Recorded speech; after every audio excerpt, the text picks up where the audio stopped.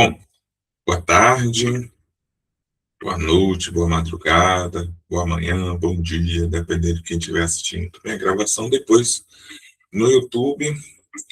Vamos para mais um dia de leituras, né, lacanianas, dando continuidade ao estudo do Seminário 7. Hoje nós vamos começar a terceira parte do seminário, né, lembrando, né, como a gente acaba comentando várias vezes durante esse percurso, né, quem está assistindo aí vários vídeos, vai percebendo essa repetição, essa organização de títulos, de temas, de reuniões, de lições, tudo isso é uma organização do Millet, não é uma organização do Lacan. Lacan, quando pensou os seminários, ele não necessariamente pensou títulos ou temas específicos assim, para organizar o estudo dessa forma. Ele, em alguma medida, ele pensava o que ele iria levar para sessões de, de encontro, né, dos seminários, as lições, mas vez ou outra também acontecia alguma coisa, ele mudava, ele pensou em falar alguma coisa, mas foi falando de outra coisa, enfim, tinha uma certa liberdade. Isso a gente vai aprendendo conforme vai acompanhando os seminários. Essa organização específica o Millet faz quando ele organiza o seminário para publicação. Os seminários as traduções não oficiais, né, ou seja, as traduções das versões traduzidas que não são vinculadas à edição da CU, eles não colocam título, eles só colocam a data da lição. Lição de data tal, mês tal, no ano tal. Então a gente tem essa particularidade. O título, o tema, isso é bom por um lado, é bom por um lado. Organiza, dá uma certa orientação para que a gente busque temas específicos de pesquisa, mas, ao mesmo tempo, também isso delimita, né, um certo foco, né? Então, a gente acaba tomando essa seleção do Millet como o entorno em si daquela lição. Então, isso acaba sendo uma interferência milleriana no ensino de Lacan. Mas, como estamos estudando o Seminário 7 proposto, né, organizado pelo Millet, a gente acaba nos orientando também por essa organização. Agora a gente vai para a parte 3, né, que são os paradoxos, o paradoxo do gozo, né, que estaria aqui em torno dessas 6 lições, né, a morte de Deus, o amor ao próximo, o gozo da transgressão, a função de morte, a função do bem e a função do belo, né, seria aqui o que estaria em torno da terceira parte. Vamos lá. A morte de Deus, esses temas também da lição aqui, é uma seleção mileriana, do simbolismo sexual, do Numen, a mensagem de Moisés, o grande homem e seu assassinato, cristocentrismo de Freud, o gozo e a dívida. Se quis que vocês tomassem conhecimento do artigo de Spirber, é por ele estar atrelado a nosso trem sobre a sublimação. Desde já vou pedir um pouquinho de desculpa a vocês, estou com uma certa queimação aqui no estômago, está me dando uma agonia, está até me irritando. Uma hora ou outra eu vou fazendo uma pausa aqui na leitura, de segundos. Não vou me dedicar a uma crítica aprofundada do texto, pois espero que após alguns anos de ensino que vocês aqui seguiram, algo deve ter contrariado a maioria de vocês sobre o modo de proceder que ele testemunha. Se sua avisada é incontestavelmente interessante, seu modo de demonstração não deixa de ser fraco. Referir-se ao fato de que palavras, com presumida significação originalmente sexual, puseram-se a veicular sucessivamente um rastilho de sentidos cada vez mais afastados de sua significação primitiva, a fim de provar a origem sexual comum sobre uma forma sublimada das atividades humanas fundamentais, é tomar uma via cujo caráter de demonstração parece-me ser, no parecer de todo espírito de bom senso, eminentemente refutável. Que as palavras cuja significação era primitivamente sexual tenham progredido como bola de neve até recobrirem significações muito afastadas, não quer dizer, no entanto, que todo o campo da significação esteja recoberto. Isso não quer dizer que toda a linguagem que usamos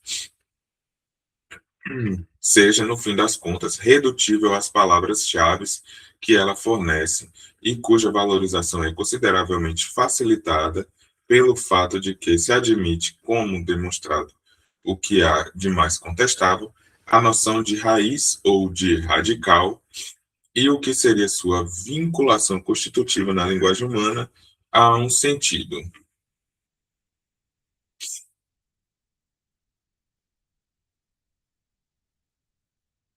A valorização das raízes e dos radicais das línguas flexionais coloca problemas particulares que estão longe de ser aplicáveis à universalidade das línguas.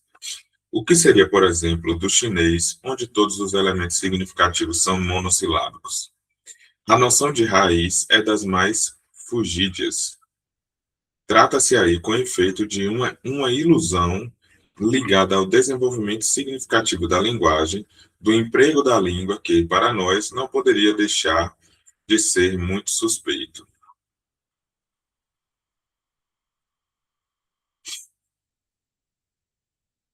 Isso não quer dizer que as observações de Spieber quanto ao emprego dessas palavras, digamos, de raiz sexual, nas línguas, aliás, tanto indo-europeias, não tenham interesse, mas não nos poderiam satisfazer na perspectiva a qual penso tê-lo suficientemente adestrado e formado, que consiste em distinguir bem a função do significante e a criação da significação pelo emprego metonímico e metafórico dos significantes.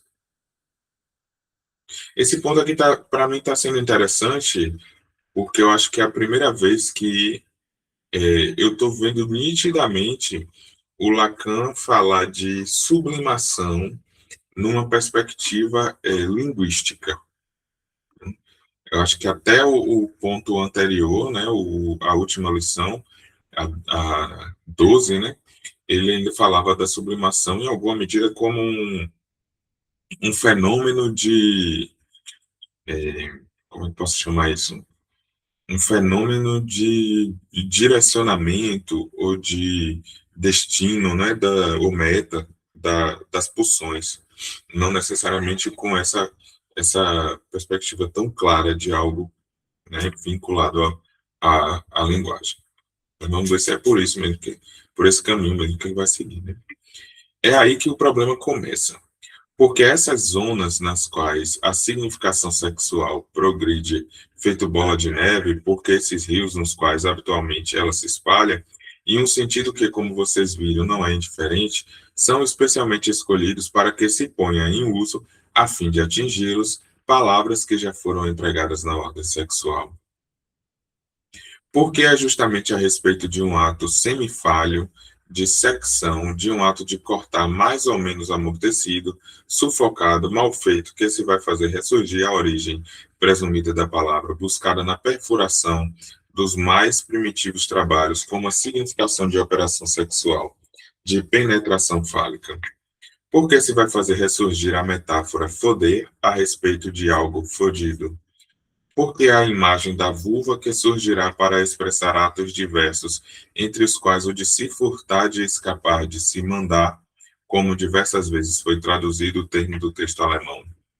Sobre essa bonita expressão, citele, citelier, né? Não sei, algo mais ou menos assim, para dizer escapar, furtar-se, se mandar, tentei encontrar a atestação do momento em que havemos aparecer na história com esse sentido. Tive muito pouco tempo para fazê-lo e nos dicionários e aparelhos de que disponho, não descobri. É bem verdade que não tenho em Paris os dicionários sobre o emprego familiar das palavras. Desejaria que alguém fizesse uma pesquisa sobre isso.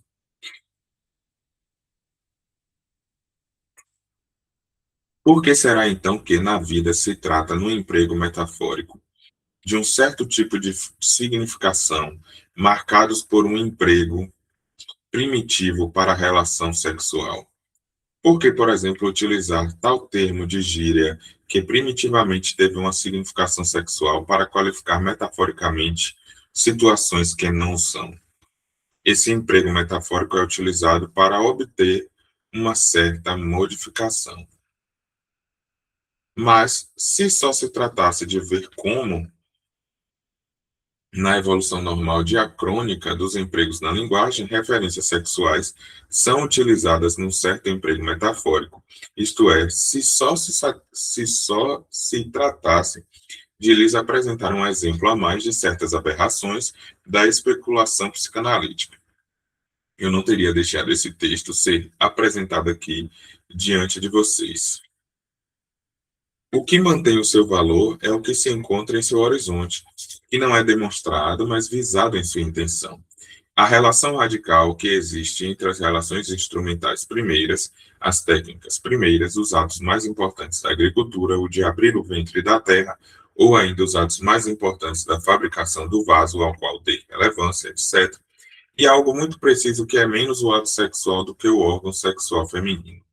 É na medida em que o órgão sexual feminino, ou mais exatamente a forma de abertura e de vazio, encontra-se no centro de todas essas metáforas, que o artigo ganha interesse, seu valor catalisador para a reflexão, pois é claro que há aí uma ânsia, um salto na referência suposta. Constata-se que o emprego de um termo que significa primitivamente coito é suscetível de uma extensão que se presume quase indefinida, que o emprego de um termo que significa originalmente vulva é suscetível de empregos metafóricos de todo tipo. A partir daí, fazer um grifo aqui. A partir daí se chega a supor que a vocalização tida por acompanhar o ato sexual tenha podido fornecer aos homens o lineamento do emprego do significante para designar, seja substantivamente o órgão, e especialmente o órgão feminino, seja verbalmente o ato de copular. A prevalência do emprego vocal do significante no homem teria, assim, sua origem nos chamados cantos, que se supõem serem os da relação sexual primitiva dos homens, como o são em tais animais, especialmente nos pássaros.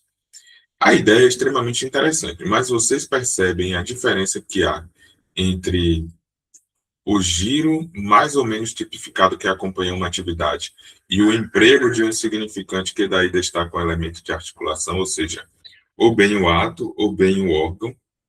Nem por isso temos a estrutura significante. Acho que é interessante. Deixa eu ler isso aqui de novo. A ideia é percebe a diferença que há entre o grito mais ou menos tipificado que acompanha uma atividade e o emprego de um significante que daí destaca um elemento da articulação. Bem o ato, bem o órgão. Nada que implica que o elemento de oposição se constitui a estrutura do emprego do significante, que constitui, né, o emprego do significante, já inteiramente desenvolvido num fordar, do qual tiramos o exemplo original, seja dado no apelo sexual natural. Se o apelo sexual pode referir-se a uma modulação temporal de um ato cuja repetição pode comportar a fixação de certos elementos da atividade vocal, ainda assim ele não nos pode fornecer o elemento estruturador, nem mesmo o mais primitivo da linguagem. Existe aí uma iância. Não obstante, o interesse é de fazer com que nos demos conta por meio de que ângulo poder-se-ia conceber o que é tão essencial na elaboração de nossa experiência e na doutrina de Freud, ou seja, que pode ocorrer o simbolismo sexual no sentido comum do termo, que pode ocorrer que o símbolo sexual no sentido comum do termo polarize originalmente o jogo metafórico do significante. Por hoje determinei aqui, mesmo que a isso torne a voltar ulteriormente. Deixa eu só olhar um ponto aqui da lição anterior.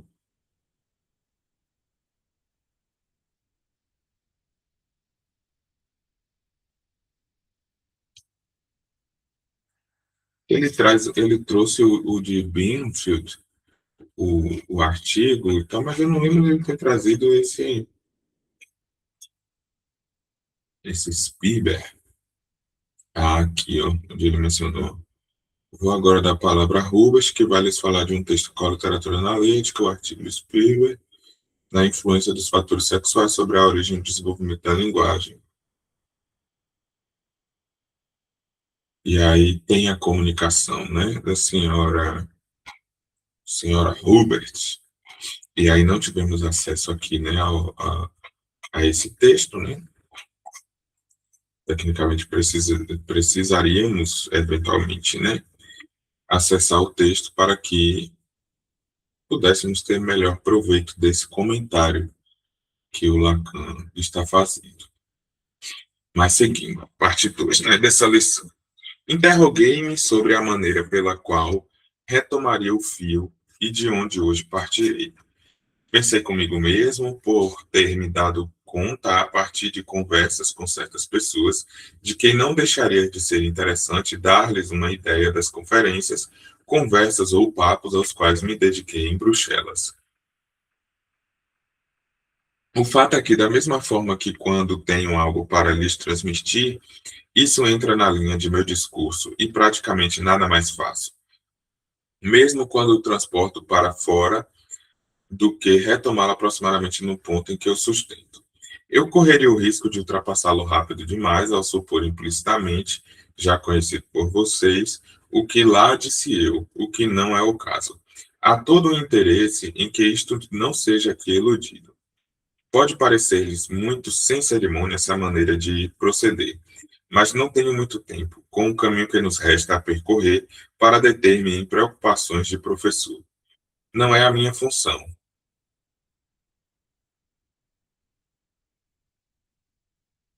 Até mesmo me desagrada ter de colocar-me em posição de ensinar, pois um psicanalista que fala diante de um público não iniciado adquire sempre um sentido de propagandista. Bicho. Se aceitei falar na Universidade Católica de Bruxelas, filo no espírito de ajuda mútua e com fins de apoiar a presença e a ação daqueles que são nossos amigos e camaradas na Bélgica. Essa preocupação, evidentemente, não deve, a meu ver, ser sempre colocada em primeiro plano, porém em segundo. Encontrava-me, portanto, perante um público, com certeza muito amplo e do qual tudo me deu a melhor impressão, convocado pelo chamado de uma universidade católica. E isso, por si só, explicar-lhes-á por que lhes falei primeiro do que se refere em Freud à função do pai.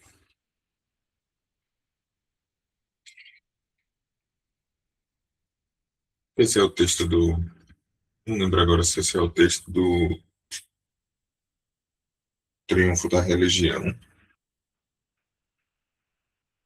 Como se poderia esperar de mim, não usei mais palavras nem medi os termos. Não obstante, vocês conhecem qual é a minha posição no que diz respeito ao que se chama de verdades religiosas. Isso talvez mereça ser uma vez explicado, embora creia já tê-lo tornado bastante claro. Que seja por uma posição pessoal ou em nome de uma posição de método, de uma posição dita científica, a qual ocorre de se aterem as pessoas que, por outro lado, são crentes, mas que, não obstante, num certo âmbito, acreditam ter de deixar de lado o ponto de vista propriamente confessional. Há um certo paradoxo em excluir praticamente do debate e do exame das coisas termos e doutrinas que foram articulados no campo próprio da fé, com o pretexto de que pertenciam a um âmbito reservado aos fiéis. Vocês me ouviram um dia engrenar diretamente num trecho da Epístola de São Paulo aos Romanos a respeito do tema da lei que constitui o pecado. E vocês viram que, à custa de um artifício, do qual eu poderia muito bem ter me abstido, ou seja, a substituição do termo da coisa, pelo que no texto se chama de pecado, chegava-se a uma formulação muito precisa do que eu lhes queria então dizer referente ao nó da lei com o desejo.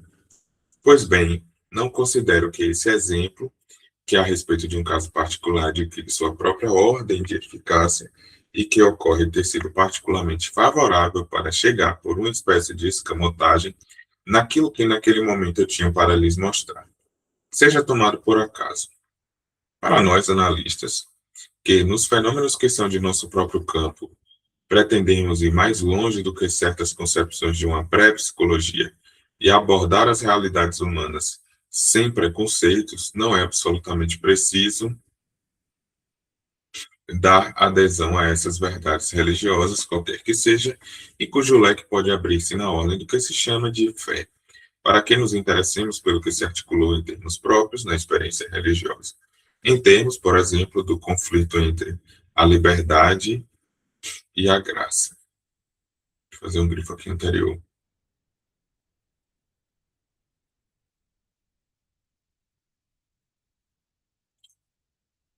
Uma noção tão articulada quanto a da graça é insubstituível, quando se trata da psicologia do ato.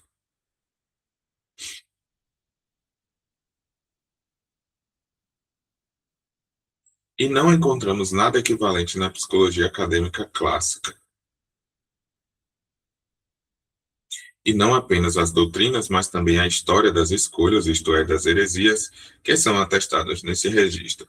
A linha dos arrebatamentos que motivaram um certo número de direções na ética concreta das gerações pertencem ao nosso exame e até mesmo requerem, em seu registro próprio e em seu modo de expressão, toda a nossa atenção. Não basta que certos temas sejam usuais apenas para a gente que crê, afinal, que sabemos disso? Para que esse âmbito lhes permaneça reservado. Para eles, se supomos que creem verdadeiramente nisso, não são crenças, são verdades.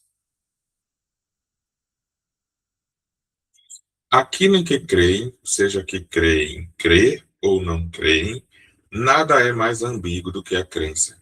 Uma coisa é certa, é que eles creem sabê-lo.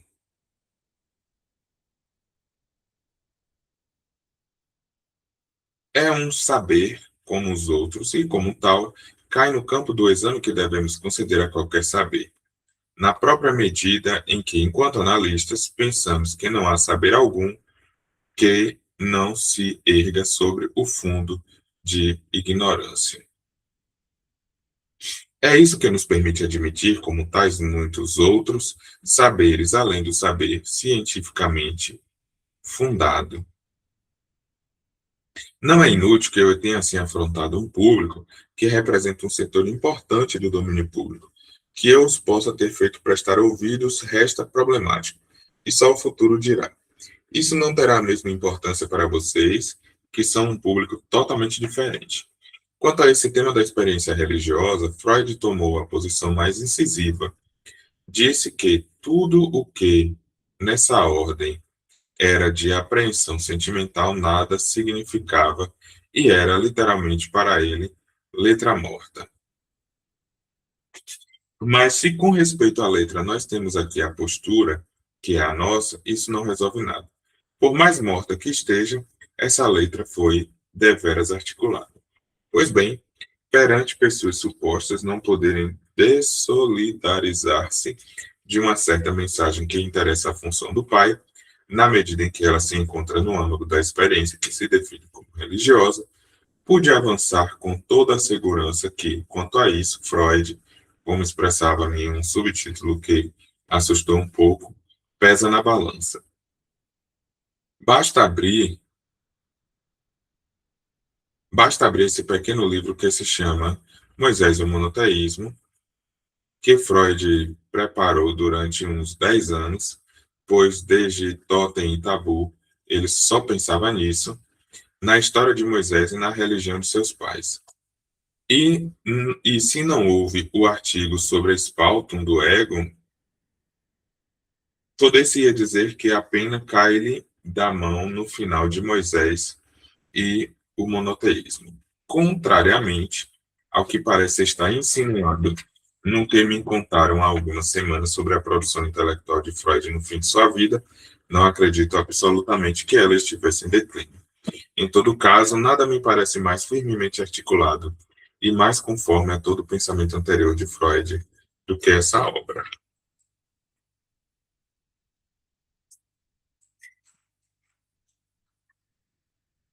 Nada me parece mais firmemente articulado e mais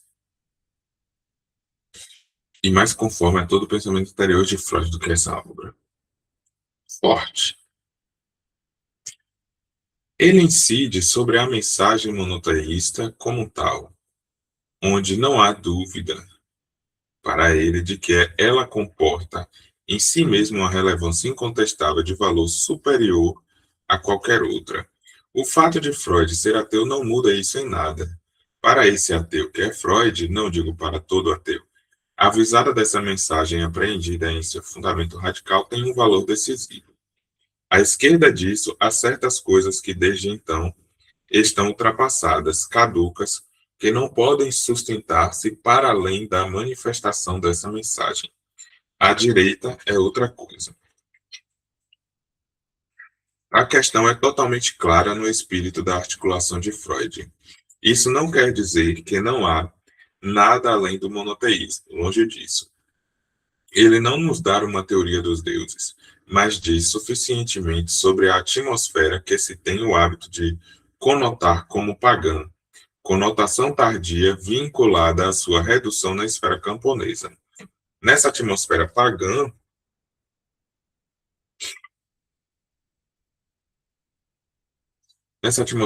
no tempo em que estava em plena florescência, o numen surge a cada passo, em todos os cantos das estradas, nas grutas, no cruzamento dos caminhos, tece a experiência humana e podemos ainda nos dar conta de seus vestígios em muitos campos. Isso é algo que constitui um contraste em relação à profissão de fé monoteísta. O luminoso surge a cada passo e, inversamente, cada passo do luminoso deixa um rastro, engendra um memorial. Não é preciso muito para que um templo se erga, para que um novo culto se instaure. O luminoso, deixa eu ver o que significa luminoso. Traduzir. Nossa, essa criança no estômago está muito ruim. Luminoso é influenciado, inspirado pelas qualidades transcendentais da divindade.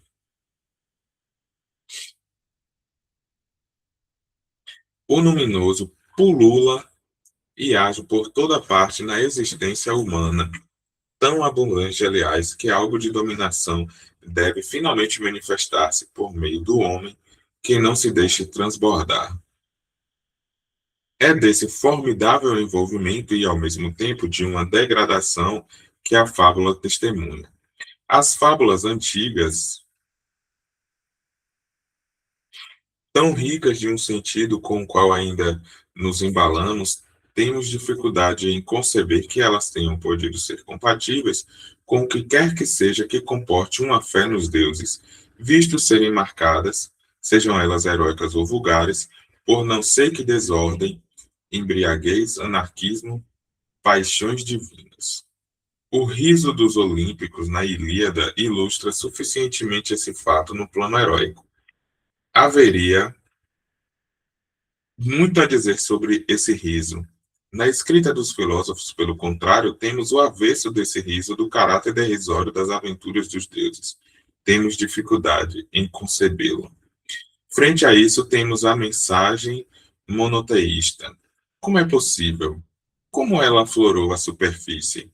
A maneira pela qual Freud a articula é capital para apreciar o nível em que se articula sua processão. Processão, nunca ouvi essa palavra. Tem um aspecto aqui curioso, né, desse ponto que o Lacan está fazendo uma certa articulação, que acho que 3 lições, até 2 ou 3 lições anteriores, ele trouxe a questão da arte, da ciência e da religião. Como essas três lidam com a coisa, né? Com o das Ding. E aí ele semeou em torno disso, em torno da arte, né, nas últimas três lições mais ou menos, e agora ele parece trazer isso dentro de uma perspectiva daquilo que a religião faz com das Ding, né, levando em conta esse aspecto da sublimação, que parece assim uma coisa meio, pode parecer em alguma medida, né, uma coisa meio estranha, meio de falatório, assim, mas é uma lição que dialoga muito com algumas lições anteriores, porque é uma espécie de retomada, né? Ele veio seguindo, fazendo as lições, aí ele falou bastante sobre a arte, amor cortês, etc. Aí ele fez umas fofocarias aí, umas discussões em torno de outros artigos, é, duas ou três pessoas participaram desses seminários e trouxeram resumos, explicações sobre artigos outros, né, enfim, não são necessariamente mencionados, né, tem pequenos comentários de Lacan após, né, a exposição desses convidados, e aí agora ele tenta retomar algo que ele vinha trabalhando, então está numa tentativa de reconexão com aquilo que foi trabalhado, apresentado anteriormente. No ato ele retorna ao Moisés e o monoteísmo que ele vinha nas primeiras lições desse seminário, já mencionando, apesar de ter caminhado mais pelo mal-estar na cultura. Mas seguindo aqui a leitura. Para ele, tudo repousa na noção de Moisés, o egípcio, e de Moisés, o midianita. Creio que, para um auditório como o de vocês, de 80% de psicanalistas, vocês devem saber esse livro de cor. Moisés, o egípcio, é o grande homem, o legislador e também o político racionalista, aquele cuja via Freud pretende descobrir no aparecimento histórico, no século XIV a.C., da religião de Akhenaton, atestada pelas descobertas recentes. Esta promove um unitarismo da energia simbolizada pelo órgão solar, de onde ela irradia e se espalha sobre o mundo. Esse primeiro empreendimento de uma visão racionalista do mundo, suposta nesse unitarismo do real, nessa unidade substancial do mundo centrada no Sol, fracassou. Tão logo o Akhenaton desaparece, o formigamento dos temas religiosos se multiplica mais no Egito do que em outros lugares. O pandemônio dos deuses controla a situação e o leme e aniquila essa reforma. Um homem guarda a tocha dessa visada racionalista. É Moisés, o egípcio, que escolhe um pequeno grupo de homens para conduzi-lo através da prova que os tornará dignos de fundar uma comunidade que aceite em sua base esses princípios. Em outros termos, alguém queria fazer o socialismo num só país, com a diferença de que, além do mais, não havia país, mas um punhado de homens para fazer. É ótimo. Essa é a concepção freudiana do que é o verdadeiro Moisés, o grande homem, do qual se trata de saber como sua mensagem nos é ainda transmitida. Dir-me-ão vocês, esse Moisés, contudo, era mágico, nem que seja um pouco, senão como é que ele operava para fazer fervilhar grilos e rãs. Isso é problema dele. Não é uma questão essencial do ponto de vista que nos ocupa de sua posição religiosa. Deixemos de lado o emprego da magia, ela, aliás, nunca o prejudicou aos olhos de ninguém. Ao lado havia Moisés, o midianita.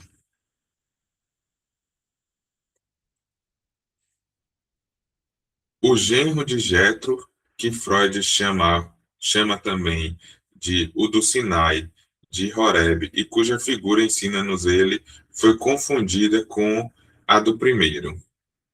É aquele que ouve surgir de sarça ardente a fala decisiva, que não poderia ser evitada, como faz Freud. Eu sou, não como toda gnose cristã tentou fazer com que o ouvissem, introduzindo-nos por meio disso em dificuldades referentes ao ser que estão longe de acabar.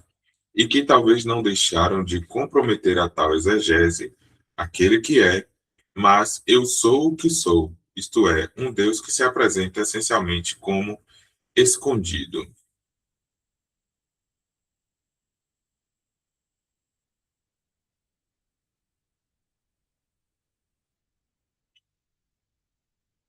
Esse Deus escondido é um Deus ciumento.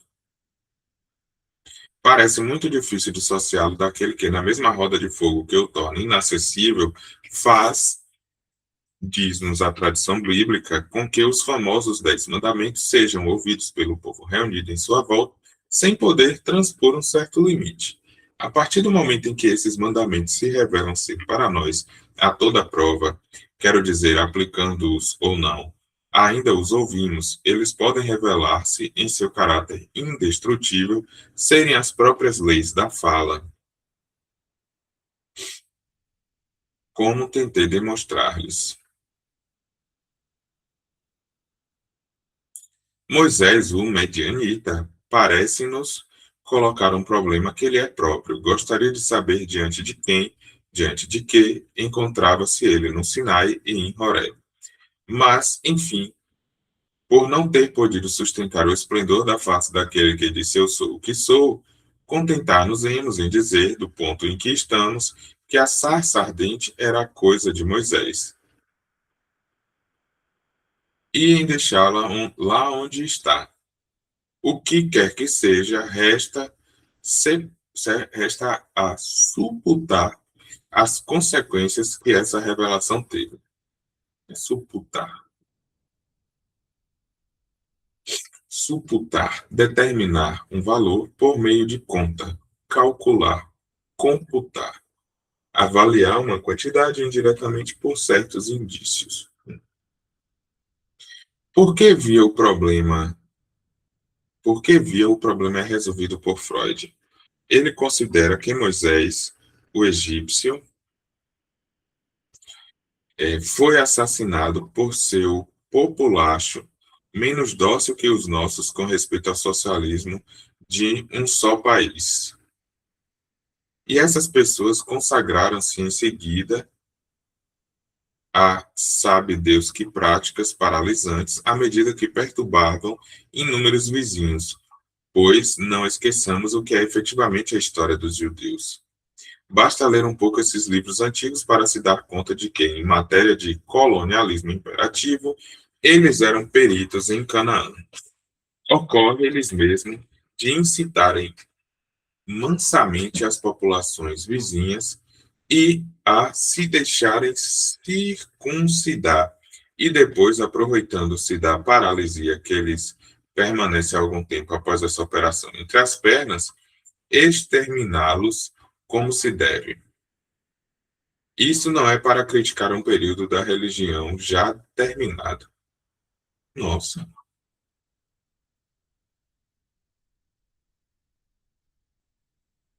essa parte aqui tá assim na Bíblia, né? Não conhecia, não. Partiu ler o Êxodo para entender o que Lacan está dizendo.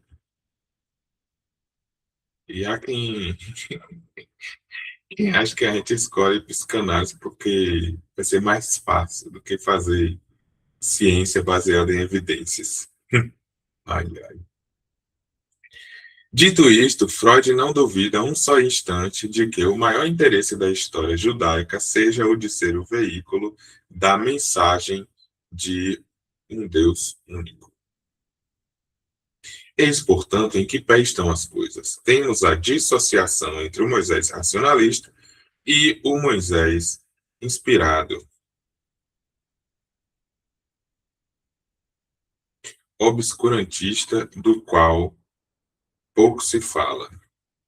Fundamentando-se no exame dos vestígios da história, Freud só pôde encontrar a via motivada para a mensagem de Moisés racionalista, na medida em que essa mensagem transmitiu-se na obscuridade, isto é, que essa mensagem encontrou-se vinculada no recalque ao assassinato de um grande homem.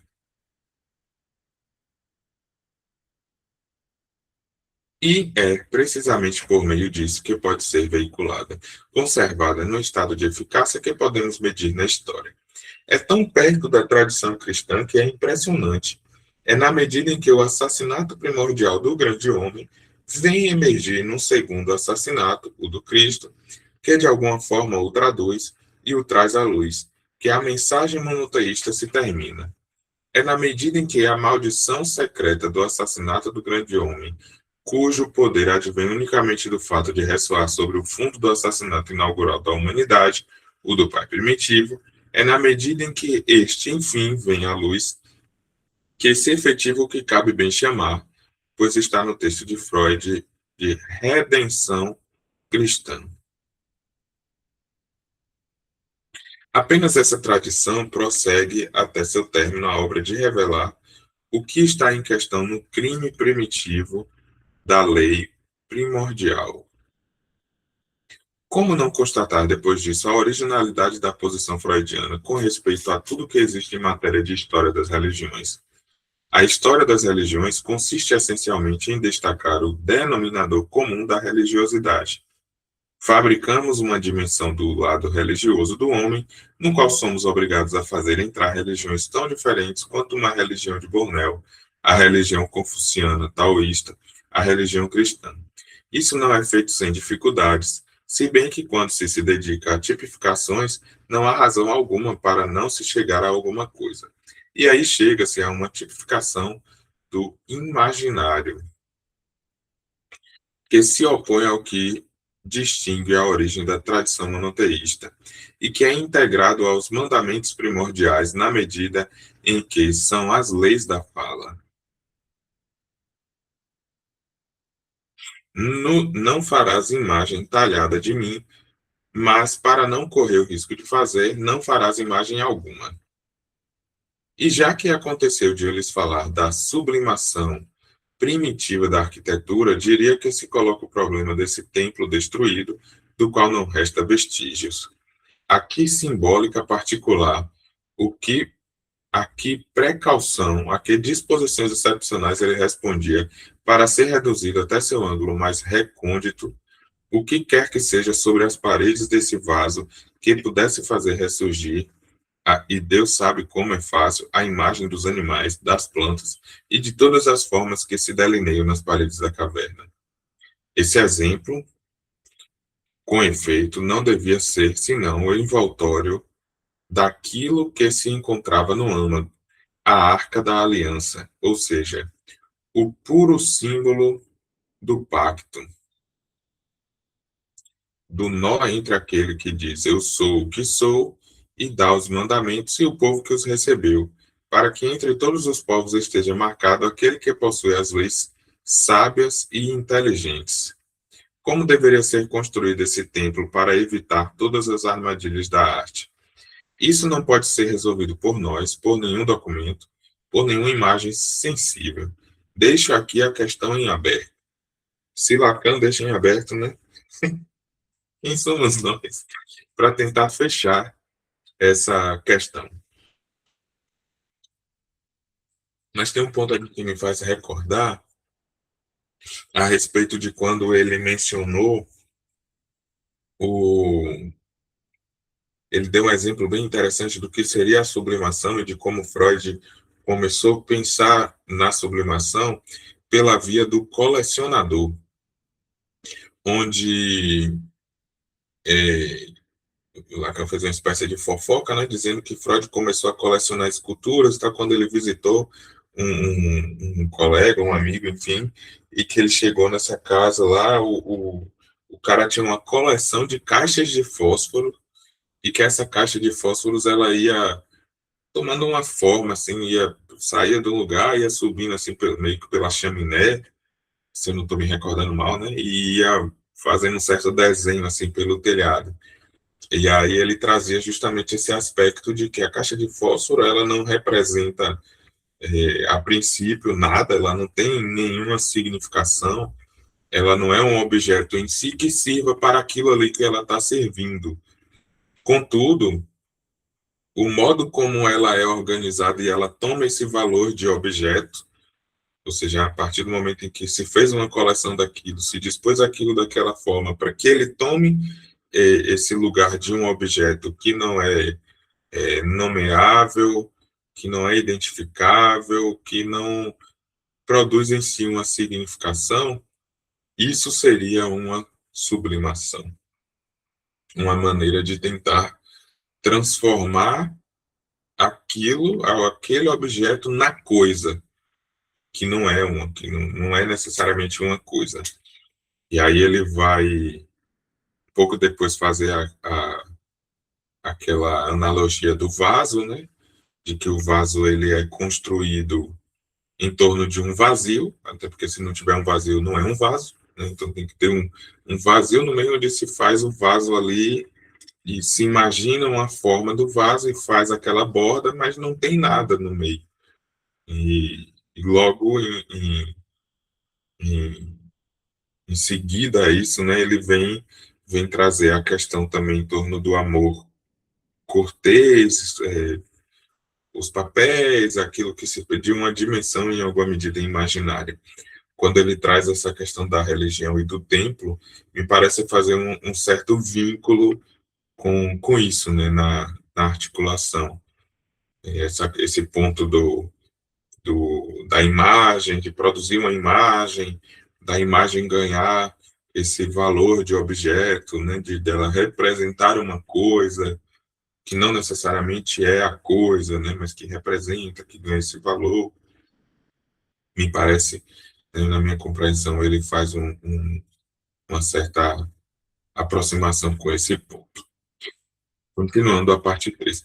Lembrando, né, os encontros das leituras lacanianas, ele tem uma duração prevista de 1 hora e meia, né, que é de 4 horas até 5h30, porque a gente pretende dar conta de uma lição por completo, né, por encontro.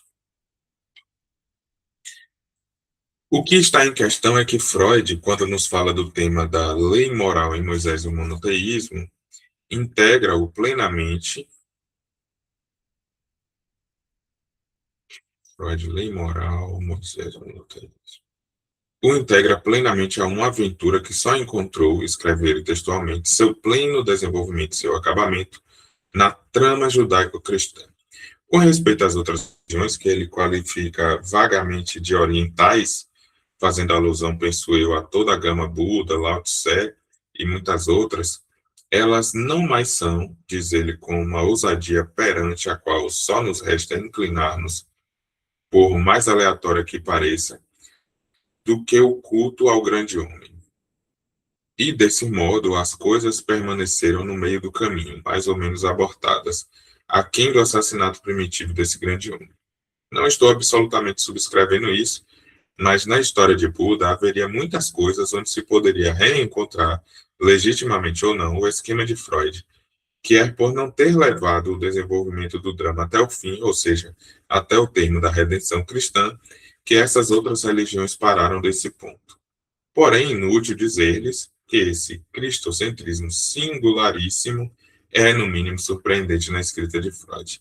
Para que ele se deixe deslizar nisso, quase sem se dar conta, é preciso, de certo, que ele tenha alguma razão para tal. Seja como for, eis-nos trazido de volta ao que, para nós, é a continuação do caminho.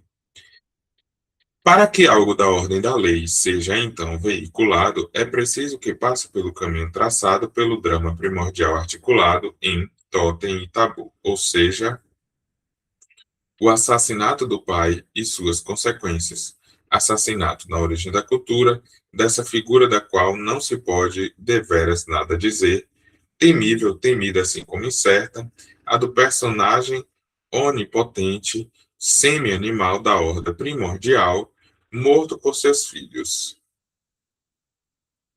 Em seguida, a articulação na qual não se detém suficientemente, se instaura um consentimento inaugural, que é um tempo essencial na instituição dessa lei, quanto a qual toda a arte de Freud será de vinculá-la ao assassinato do pai, de identificá-la à ambivalência que então funda as relações do filho com o pai, isto é, ao retorno do amor após efetuado o ato. Esse ato constituía todo o mistério. Ele é feito para nos velar isto, que não apenas o assassinato do pai não abre a via para o gozo, que sua presença era suposta interditar, mas ele reforça sua interdição. O assassinato do pai não abre a via para o gozo que sua presença era suposta interditar, mas ele reforça a sua interdição. Tudo está aí e é justamente isso, tanto no fato quanto na explicação, a falha. O obstáculo sendo exterminado sobre a forma do assassinato, nem por isso o gozo deixa de permanecer interditado, e ainda mais essa interdição é reforçada. Essa falha interditiva é, portanto, sustentada, articulada, tornada sensível pelo mito, mas é, ao mesmo tempo, profundamente camuflada por ele.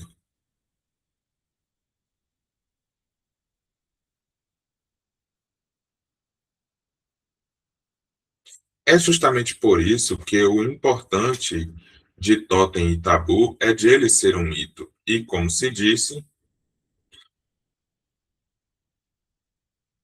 talvez o único mito de que a época moderna tenha sido capaz. E foi Freud quem o inventou. O importante é ater-nos ao que a falha comporta. Tudo o que a transpõe constitui objeto de uma dívida no grande livro da dívida. Todo exercício de gozo comporta algo que se inscreve no livro da dívida na lei. E, muito mais ainda, é preciso que algo nessa regulação seja, ou bem paradoxo, ou bem lugar de algum desregramento, pois o ultrapassamento da falha no outro sentido não é equivalente. Freud escreve o mal-estar na civilização para dizer-nos que tudo o que passa do gozo à interdição vai no sentido de um reforço sempre crescente da interdição. Todo aquele que se aplica em submeter-se à lei moral sempre vê reforçarem-se as exigências sempre mais minuciosas, mais cruéis de seu superior.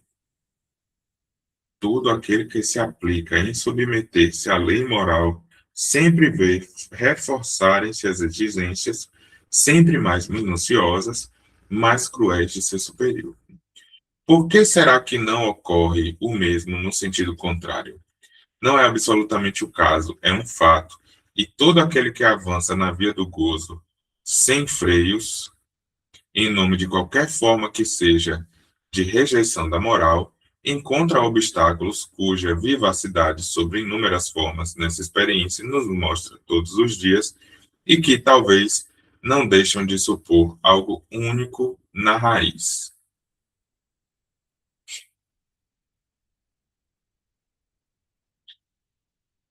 É nesse ponto que chegamos à fórmula de que uma transgressão é necessária para aceder a esse gozo e que, para reencontrarmos São Paulo, é muito precisamente para isso que serve a lei. A transgressão no sentido do gozo só se efetiva apoiando-se no princípio contrário, sobre as formas da lei. Se as vias para o gozo têm, nelas mesmas, algo que se amortece, que tende a ser impraticável, é a interdição que lhe serve, por assim dizer, de veículo utilitário, de tanque para sair desses círculos que trazem sempre o homem, sem saber o que fazer, para a rotina de uma satisfação curta e tripudiada.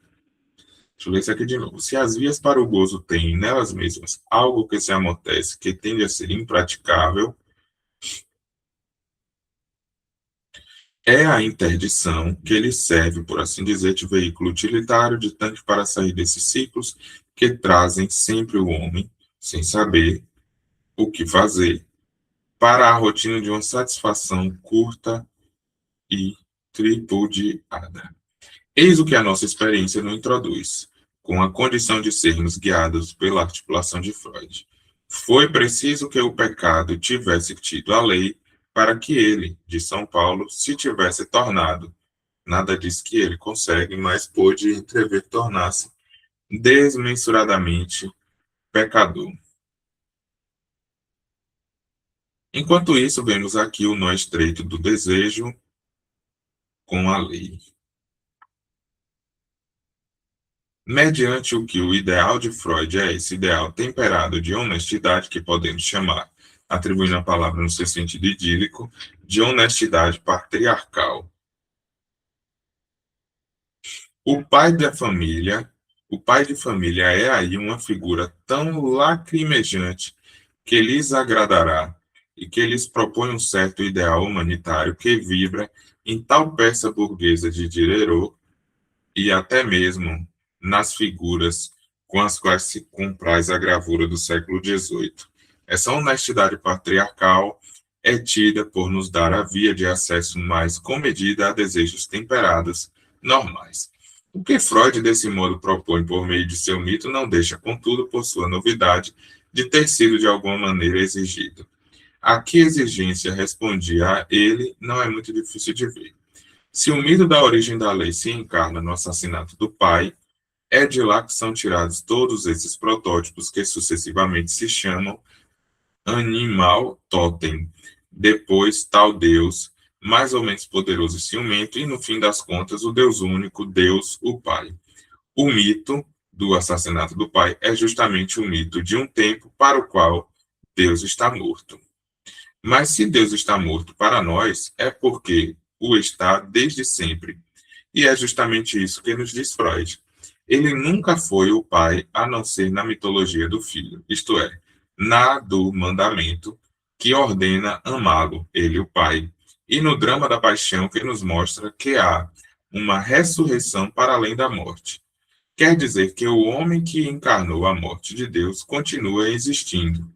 Continua existindo com esse mandamento que ordena amar a Deus. É perante isso que Freud se detém, e se detém na mesma feita. A coisa é articulada no mal-estar na civilização, perante o amor do próximo, que nos parece algo de insuperável e até mesmo de incompreensível. Tentaremos da próxima vez dizer por quê. Gostaria apenas de acentuar hoje, e não fui o primeiro a fazer a observação, que há uma mensagem ateia do próprio cristianismo.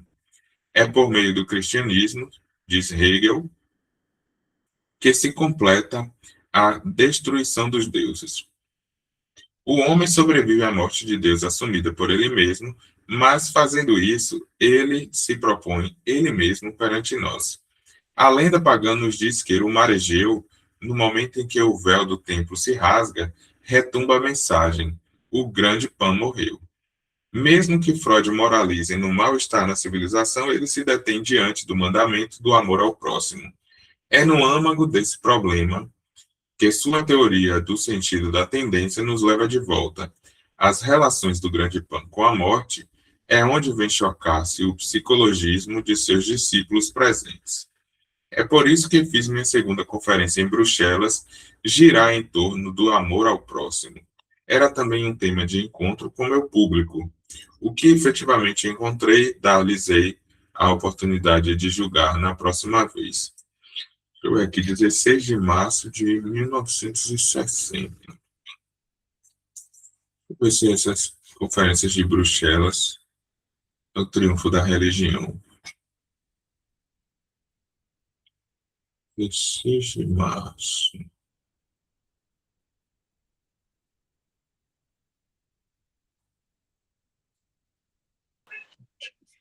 Há 66 anos atrás. Apenas. 66. Apenas. Né?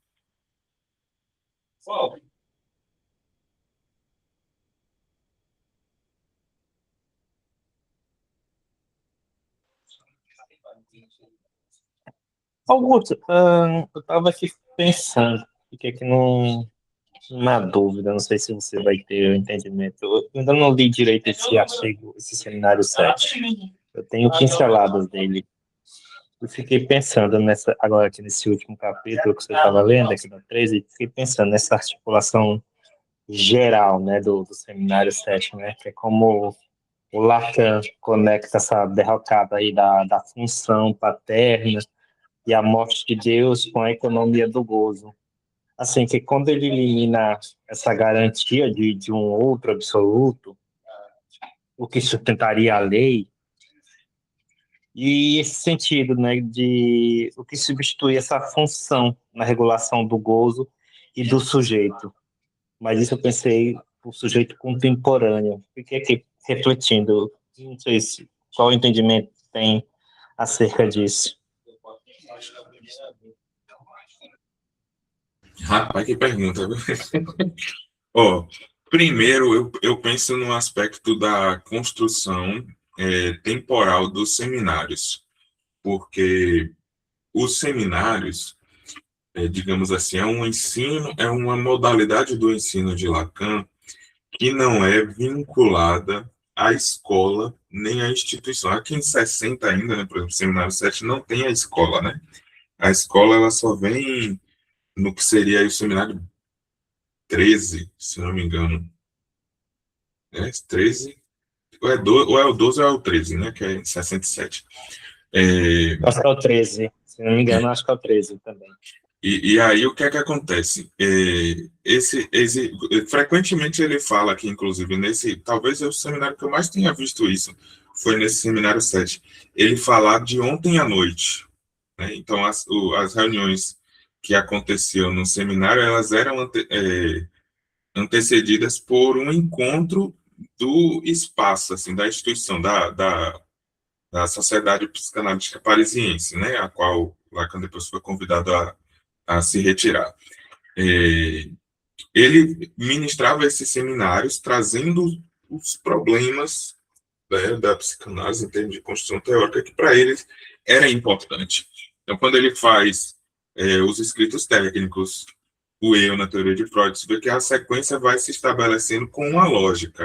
É algo que parece ser emergente ali para Lacan naquele momento.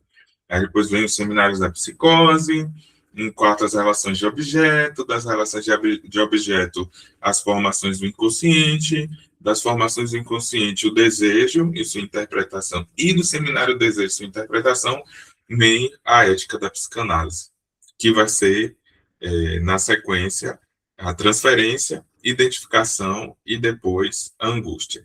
Da angústia em diante, aí talvez ele comece a dar um outro tom, em alguma medida, para o seminário, mas ainda assim com bastante vínculo.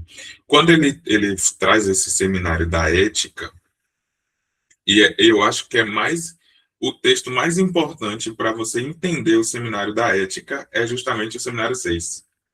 Toda vez que você lê o seminário 6, inclusive depois de ter lido o seminário da ética, você tem uma certa compreensão melhor do porquê Lacan estava falando disso e daquilo outro, e por que ele faz essas articulações. É muito particular também a gente fazer uma certa compreensão do, do que estabelece na sociedade enquanto ética. E aí ele vai fazer uma crítica muito forte no começo, né? As 3, 4 lições ali, ele bate muito na questão de Aristóteles, né? A ética aristotélica, de ética nicômaco, também na ética de Kant, e como essa ética aristotélica ela é fundamentada em um fim, em um bem, né? Esse bem supremo, que é o fim de todas as coisas, ou seja, todas as coisas, como é a falazinha do Aristóteles, toda perícia, ela visa um bem supremo.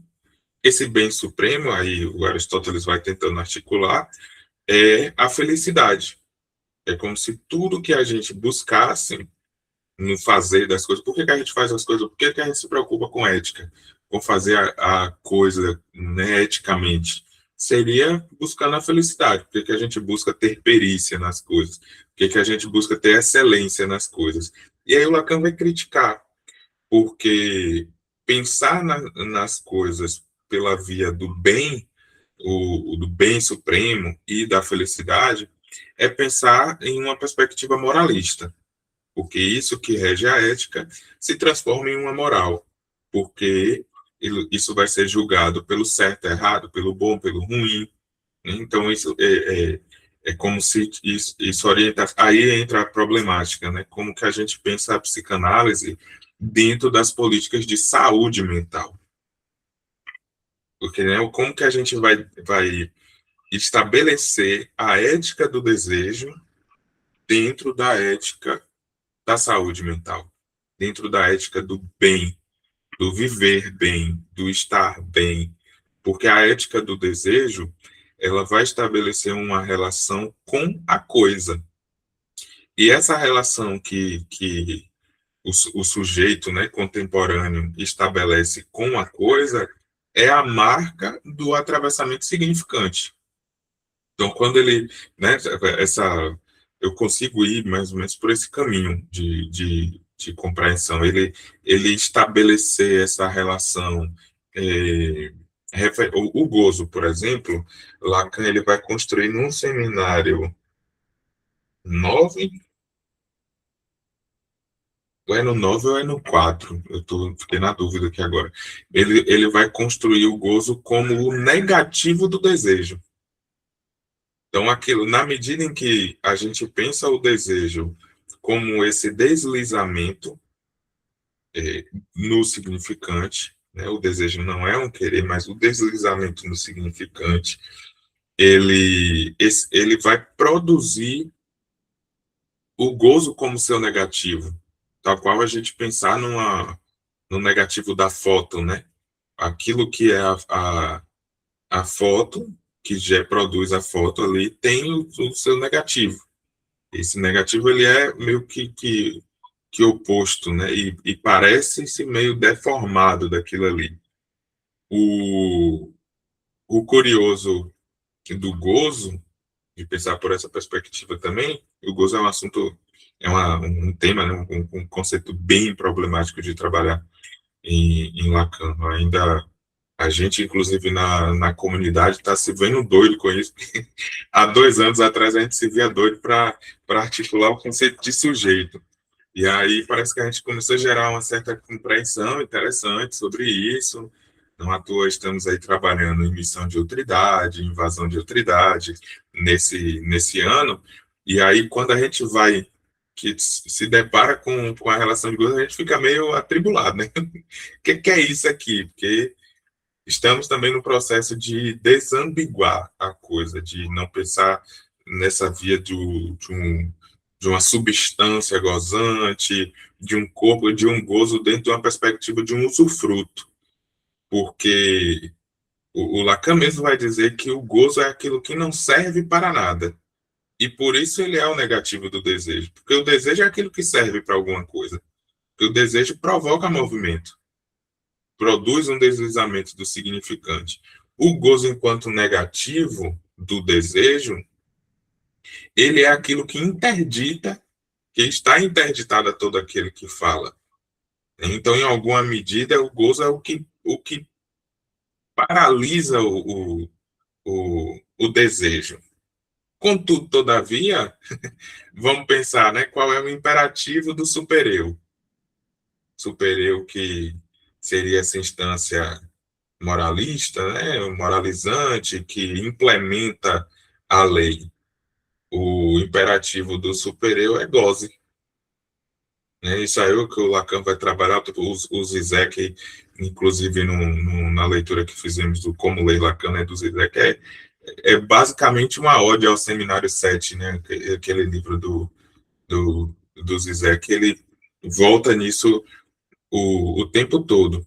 Então, eu não sei em que medida, né, eu consegui alcançar, responder alguma coisa dessa pergunta complexa que tu fez, mas eu penso que tem um certo diálogo, né, com esse processo da transmissão de Lacan, nas temáticas que ele elege para os seminários. É curioso que o seminário da ética, ele aparece justamente depois do seminário do desejo, porque Lacan precisa articular em torno da coisa, e aqui vamos lembrar que não tem objeto A ainda. O objeto A ele só vai surgir como conceito no seminário 10, apesar de já ter o pequeno a em vários matemas, né, em várias articulações de Lacan, mas não com essa configuração de objeto pequeno a. Então, é algo também aí que eu estou em vias de investigar, gerar uma compreensão de aproximação ou não, de distinção, talvez, do das Ding com o objeto pequeno a, mas o das Ding, enquanto a coisa que o Lacan vai desenvolver nesse seminário, que às vezes a gente fala assim, é a coisa, é o objeto perdido. Lacan fala, não é objeto perdido. O das Ding é a coisa porque não se perdeu. Não, porque não tinha nada ali, não se perdeu. Contudo, é uma coisa que, quando se encontra, parece que tinha perdido. É no momento do encontro com a coisa que você acha que tinha perdido aquilo. E não que você perdeu, você tem um vazio e falta alguma coisa, e aí você procura porque você precisa colocar uma coisa. Não é essa a ordem, digamos assim, dos acontecimentos. E aí é por isso que quando a gente supõe que achou uma coisa, a gente faz borda. E quando a gente acha que é aquilo, na verdade, não é bem aquilo que eu estava procurando. E isso é a característica do desejo, e onde ele, em alguma medida, está construindo que o que a gente faria enquanto sociedade, vou extrapolar aqui, mas seria mais especificamente o sujeito, é tentar fazer borda a essa coisa por uma via de deslizamento mesmo do desejo pelo atravessamento do significante, sujeito marcado pelo significante que parece nomear essa coisa que falta. Não sei se alcança ou se confundir mais. Fala daí.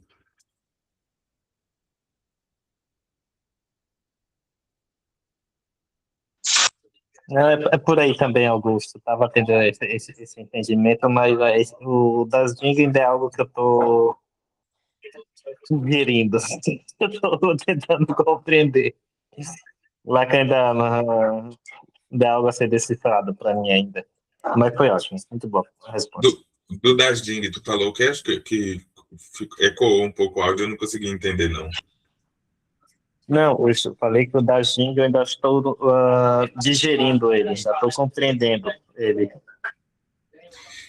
Curiosamente, eu achei eu pensei que eu nunca tinha estudado antes o seminário 7 diretamente, tudo que eu já tinha tido acesso a dessa coisa da ética da psicanálise foi muito no que disseram, né, da ética da psicanálise. E o das Ding, de certa forma, assustava.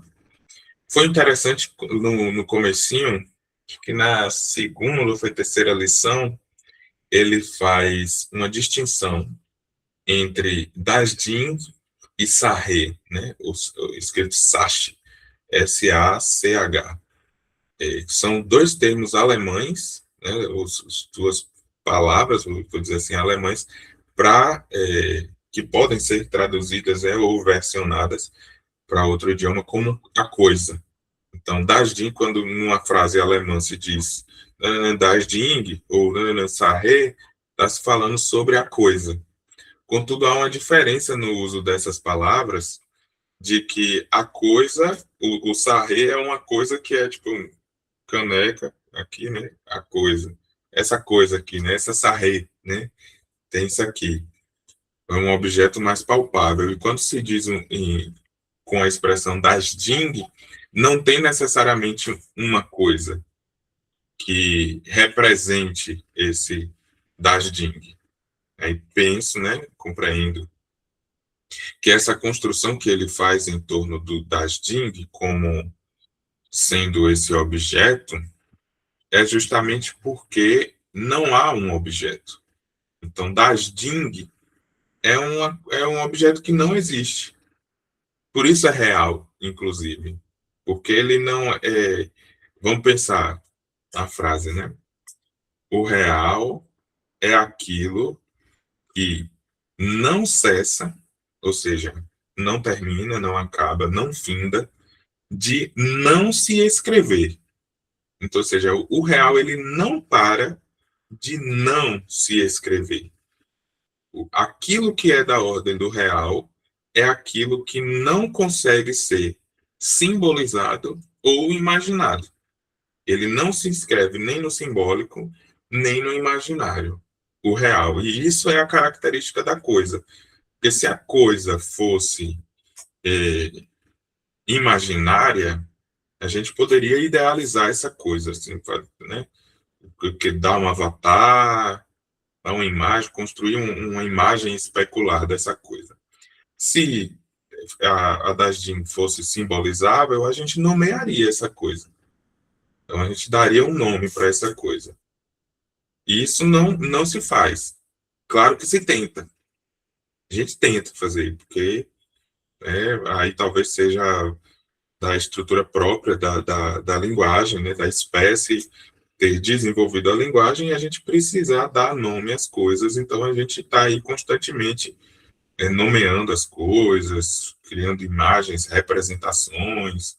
Inclusive, ele fala muito sobre representações nas primeiras lições desse seminário, e talvez seja isso também uma característica da linguagem ser dinâmica. A linguagem, ela nunca terminar, ela nunca chegar no fim, ela sempre provoca um movimento, e também os termos mudam, né? Algo significava isso há 200 anos atrás, mas hoje significa outra coisa. A mesma palavra já não significava, às vezes significa até o oposto daquilo que significava. Então, aí a gente tem que ir para o estudo mais específico da linguística mesmo.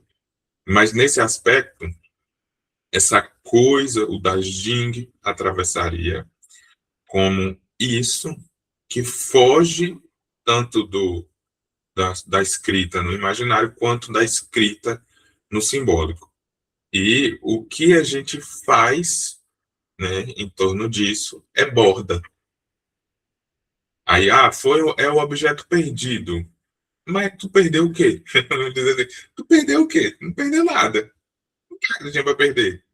Assim, quando tu nasceu, quando tu foi constituído, tu perdeu o quê? Tu não perdeu nada. A um grosso modo, falando assim.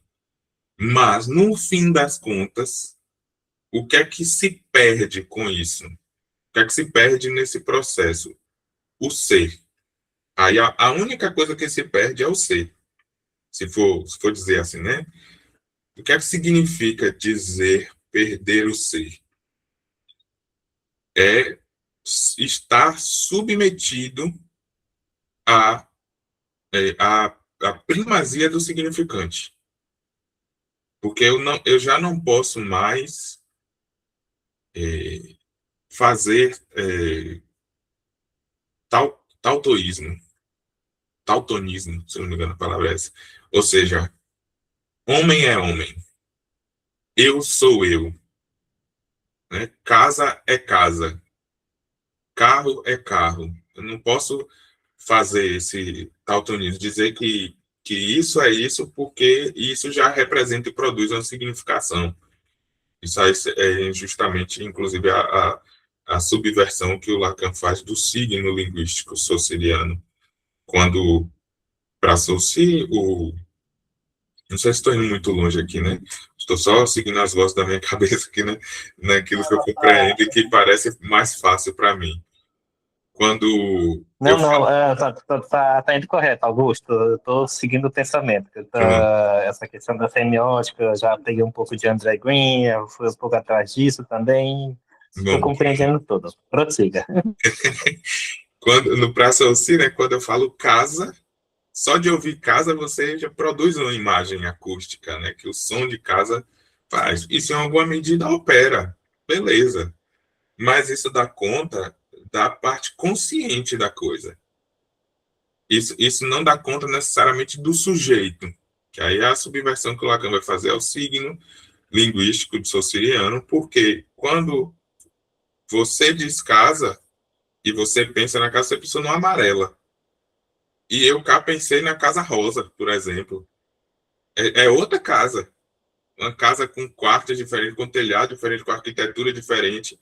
Então, isso faz com que o significante, se casa ganhar esse valor de significante, ele produza outra significação para mim que para você.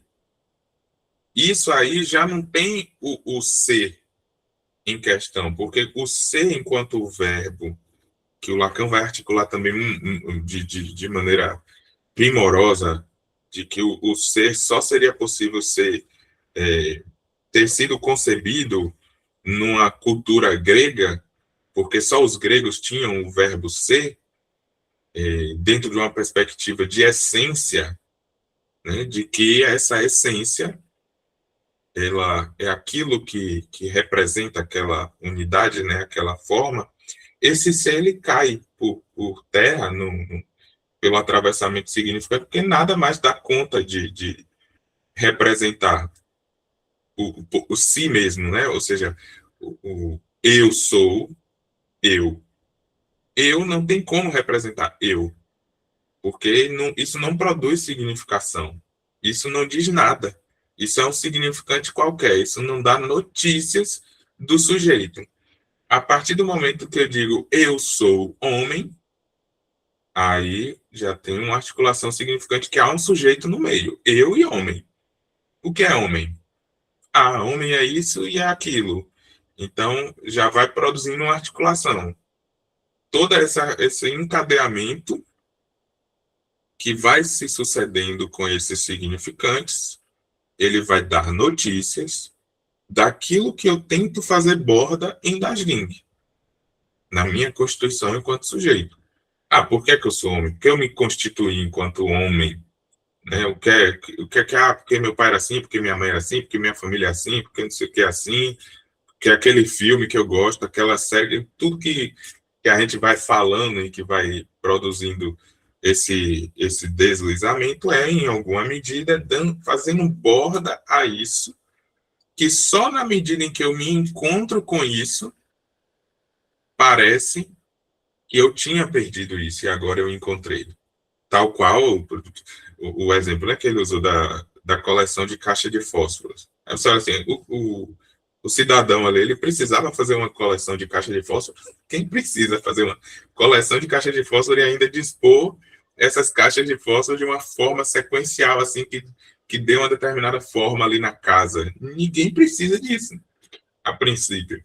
Mas ele fez isso. E aí isso ganha o valor de coisa, de objeto. E, na medida em que se fala disso, vai se ter notícias do que isso está tentando fazer borda. O que há de real nisso, o que há de imaginário nisso, o que há de simbólico nisso. O Dasdin não. O nome assusta, assim, né? Mas acho que quando a gente alcança esse valor de vazio dele, né? E que a gente só faz borda nisso, eu acho que ele parece ficar um pouquinho mais acessível, né? Parece ficar um pouquinho mais. Ah, estou entendendo aqui o que quer dizer por aqui, né?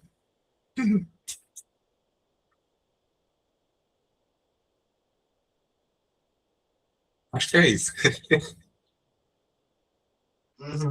Ótimo, foi bom. Perfeito. Obrigado. Bom, acho que hoje a gente fica por esse ponto. Na próxima lição, a gente vai para a parte 14, né? Como o tema que o Millet elegeu aqui para essas lições é o paradoxo do gozo. Temos 6 lições pela frente aqui. Muito provavelmente ele vai retornar a essa temática. A questão do gozo, inclusive, a gente deve voltar algumas vezes aqui, muito provavelmente, né? Penso eu, uma vez que eu não li essas lições aqui ainda.